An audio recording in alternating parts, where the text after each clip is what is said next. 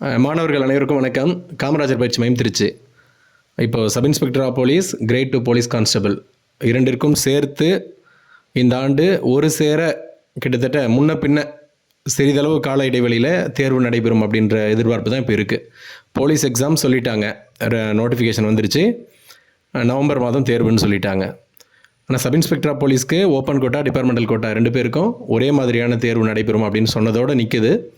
அடுத்த அப்டேட் தெரியல, அடுத்த கட்ட நகர்வு என்ன அப்படின்னு நம்ம எல்லாம் எதிர்நோக்கி காத்துட்ருக்கோம். இப்போ படிக்கிற மாணவர்களுக்கு ஒரு குழப்பம் இருக்கும், தேர்வு எப்போ வரும் அப்படின்ற மாதிரி. அதை பற்றிலாம் யோசிக்க வேணாம். ரெண்டு தேர்வும் ஒரு சேர வருவதற்கான வாய்ப்புகள் தான் நிறைய இருக்குது. ஓகே, அது ஒரு புறம் இருக்கட்டும். அடுத்து நம்ம சப் இன்ஸ்பெக்டருக்கு படிப்புமா, போலீஸ்க்கு படிப்புமா, ரொம்ப ஆழ்ந்து படிப்புமா, அல்லது மேலோட்டமாக போலீஸ்க்காக நம்ம படிப்புமா அப்படின்லாம் உங்களுக்குள்ள எண்ண ஓட்டங்கள் ஓடிட்டுருக்கும் இல்லையா? அந்த மாதிரி மாணவர்கள் இந்த வீடியோவை நல்லா தெளிவாக கேளுங்க. அதாவது நீங்கள் சிலபஸ் பொறுத்த வரைக்கும் சப் இன்ஸ்பெக்டர் ஆஃப் போலீஸ் ரெண்டுத்துக்குமே, அதாவது போலீஸ்காக இருந்தாலும் சரி, எஸ்ஐக்காக இருந்தாலையும் ஒரே மாதிரியான சிலபஸ் தான், மோர் ஆர் லெஸ். ஆனால் கேள்விகள் தான் வித்தியாசப்பட போகுது இல்லையா? 11th 12th ஒரு சில கேள்விகள் கேட்பாங்க அப்படின்னு எதிர்பார்க்குறோம். ஒரு 10% வந்து 11th 12th கேட்பாங்க அப்படின்ற மாதிரி. ஆனால் கடந்த கால எஸ்ஐ நம்ம கொஷின் பேப்பர் 22 23 கொஷின் பேப்பர் பார்க்கும்போது 11th 12th முற்றிலுமாகவே இல்லை இல்லையா? ஒரு சில வினாக்கள் தவிர மற்றபடி நீங்கள் 6வது to 10வது ஸ்ட்ராங்காக படிச்சிருந்தாவே அட்டன் பண்ணிட முடியும். அந்த மாதிரி தான் இருந்தது. ஆனால் நீங்கள் இப்போ படிக்கிறத பொறுத்த வரைக்கும் எப்படி படிக்கணும்னா, போலீஸ் எஸ்ஐ அப்படின்றத பிரிச்சிடாமல் நீங்கள் ரெண்டுத்துக்கும் தயாராகிட்டே தான் போகணும் இப்போது. ஏன்னா போட்டிமயமான சூழலாக இருக்குது, ரெக்ரூட்மெண்ட்டும் கொஞ்சம் பிரச்சனையாக இருக்குது. அடுத்த வருஷம் ரெக்ரூட்மெண்ட் இருக்குமா இல்லையான்னு தெரியல. அதனால் தயாராகிட்டு இருக்கிற மாணவர்கள் வேலைக்கு போகணுன்னு முடிவு எடுத்துட்டிங்கன்னா ரெண்டுத்துக்கும் சேர்ந்து தான், ஏஜ் மட்டும் உங்களுக்கு இருக்குன்னா ரெண்டுத்துக்கும் சேர்த்து நீங்கள் தயாராகணும். அப்போ நீங்கள் அட்டன் பண்ணுறது, நம்ம பயிற்சி மையத்தில் இப்போ 300க்கும் மேற்பட்ட மாணவர்கள் படிச்சுட்டு இருக்காங்க. நம்ம என்ன பண்ணிகிட்ருக்கோம்னா, சப் இன்ஸ்பெக்டர் ஆஃப் போலீஸுடைய கொஷின் பேப்பரு அதே மாதிரியே தான் நம்ம ஃபாலோ பண்ணிகிட்ருக்கோம். 60 உளவியல், 80 பொதறிவு பிரிவுலேருந்து வினாக்கள், சப்ஜெக்ட் வைஸாக டெஸ்ட் கொடுத்துட்ருக்கோம். ஸோ எது வந்தாலும் நம்ம எழுதிக்கலாம் அப்படின்ற மாதிரி. ஏன்னா இப்போ இருக்கிற காலகட்டத்தில் நீங்கள் போலீஸ்க்கு நான் படிக்கிறேன், மேலோட்டமாக பாக்ஸு புக் பேக்கு கொஞ்சம் இம்பார்ட்டன்ட் மட்டும் நான் படிச்சுக்கிறேன் அப்படின்லாம் இருந்தால் வேலை வாங்க முடியாது.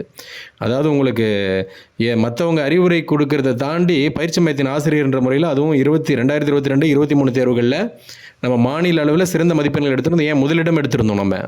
அதனால் உங்களுக்கு ஒரு அனுபவத்தின் அடிப்படையிலும் ஒரு உரிமையாகவே மாணவர்களுக்கு தெரியப்படுத்துகிறேன். நீங்கள் அப்படி பிரித்து படிச்சிடக்கூடாது. போலீஸ்க்குனா ஈஸியாக படிச்சிடலாம் அப்படின்னு சொல்லிட்டு நீங்கள் இப்போ இருக்கக்கூடிய போட்டிக்கு நீங்கள் ஆழ்ந்து படிக்கணும். அதாவது சப் இன்ஸ்பெக்டரே எய்ம் வச்சு நீங்கள் படிக்கணும். எல்லா மாணவர்களுமே சிலபஸ் கவர் பண்ணுறதுமே அந்த மாதிரி சிலபஸே நீங்கள் சப் இன்ஸ்பெக்டர் சிலபஸே கவர் பண்ணுற மாதிரி இருக்கணும். நம்ம பயிற்சி மையத்துலையுமே இப்போ 140 வினாக்கள் அடங்கிய தேர்வு தான் இதுவரையிலும் கொடுக்கப்பட்டு வருகிறது. போலீஸ்க்காக நம்ம தனியாக பிரியவே இல்லை. ஃபுல் டெஸ்ட் எழுதும் போது பார்த்துக்கலாம் அப்படின்ற மாதிரி பேட்டர்னில் தான் போயிட்டுருக்கோம். ஸோ மாணவர்கள் அந்த மாதிரி பண்ணுங்கள். இப்போ உங்களுக்காக பாருங்கள், ஒரு வினாத்தாள் வந்து, அதாவது ஏதோ ஒரு விதத்தில் மாணவர்களுக்கு விழிப்புணர்வை கொடுப்போம் அப்படின்னு சொல்லி கொடுக்குறேன். பெரும்பாலும் என்ன சொல்லுவாங்கன்னா, நம்ம பயிற்சி மையத்தோட வினாத்தாள் கொஞ்சம் கடினமாக இருக்குது அப்படின்னு சொல்லுவாங்க. கடினமாக இருக்குன்றதை தாண்டி நம்ம ஏன் வந்து தேர்ச்சி விகிதம் நல்லா கொடுக்குறோம். 22 23 காவலர் தேர்வு பொறுத்த வரைக்கும் நம்ம தான் மாநிலத்தில் முதலிடம் எடுத்தோம். 69 68 மதிப்பெண்கள் மிக சாதாரணமாக எடுத்தோம். எப்படி எடுத்தோம் அப்படின்னா, இந்த மாதிரி படித்ததுனால தான், நம்ம ஆழ்ந்து படித்ததுனால தான். பாக்ஸ் புக் பேக் மட்டும் கவர் பண்ணிட்டு போகும்போது 62 63 மார்க் எடுத்துகிட்டு பின்னாடி ஃபிசிக்கலை எதிர்பார்த்துட்டு வெயிட் பண்ணாமல் நல்ல ஸ்கோர் பண்ணிட்டு போனீங்கன்னா போல்டாக நம்ம போகலாம் இல்லையா? இந்த கொஷின் பேப்பர் உங்களுக்கு ஷேர் பண்ணியிருக்கேன் பாருங்கள். இந்த கொஷின் பேப்பர் என்னென்னா, இந்திய வரலாறு, அதாவது இப்போது கொஞ்சம் டேட் கொஞ்சம் தள்ளி போயிருக்கு இல்லையா, எக்ஸாம் டேட்டு. அதனால் மீண்டும் நம்ம கிளாஸில் ரிவிஷன் டெஸ்ட் போயிட்டுருக்கு. அதில் ஒரு வினாத்தாள் தான் உங்களுக்கு ஒரு விழிப்புணர்வுக்காக கொடுத்துருக்கேன். அதாவது இந்திய வரலாறில் அந்த பாடங்கள் கூட என்னென்ன பாடங்கள்னு சொல்லிட்டு நான் இதில் ஒரு ஸ்க்ரீன்ஷாட்டில் வைக்கிறேன் பாருங்கள். அதாவது மனிதன் தோன்றிய காலகட்டத்திலிருந்து ஐரோப்பியர்களின் வருகை உள்ளே வந்து எப்படி வந்து வணிகம் செய்கிறதுலேருந்து பேரரசாக மாறினாங்க அப்படின்னு பாடம் கொடுத்து வச்சுருப்பாங்க. அது வரைக்கும், அதாவது குடித்தலைமையிலிருந்து பேரரசு வரை அப்படின்னு ஒரு பாடம் இருக்கும். அந்த பாடம் வரைக்கும் ஐரோப்பியர்கள் வருகைக்கு அடுத்து, அதாவது நம்ம பிளாசி போர், பக்சார் போர்லாம் இருக்கு இல்லையா, அது வரையிலான முதல் கர்நாடக போர்கள், ஆங்கிலேய மைசூர் போர்கள், மராட்டிய போர்கள், இது வரையிலான சிலபஸ் கம்ப்ளீட்டாக கொடுத்துருப்போம் இந்த கொஷின் பேப்பர் பொறுத்த வரைக்கும். நீங்கள் வேணும்னா அட்டன் பண்ணுறவங்க நல்லா ஹிஸ்ட்ரி படிச்சுட்டேன் சார் அப்படின்னா நீங்கள் அப்படியே எடுத்து அட்டன் பண்ணுங்கள். ஆனால் அது ஸ்டாண்டர்டை நீங்கள் பார்க்கலாம் எப்படி இருக்குன்னுட்டு. சைக்காலஜி பொறுத்த வரைக்கும் இதில் 3 டாப்பிக்கில் இருந்தால் கொடுத்துருக்கோம். தகவல்களை கையாளுதல், இன்ஃபர்மேஷன் ஹேண்ட்லிங் சொல்லிவிட்டு அந்த ஒரு இடமும், அடுத்து இது கேலண்டர் கணக்குகள் அப்படின்னு ஒன்று கொடுத்துருக்கோம். அடுத்து தரவரிசை அப்படின்னு 3 டாப்பிக்லேருந்து கொடுத்துருக்கோம்.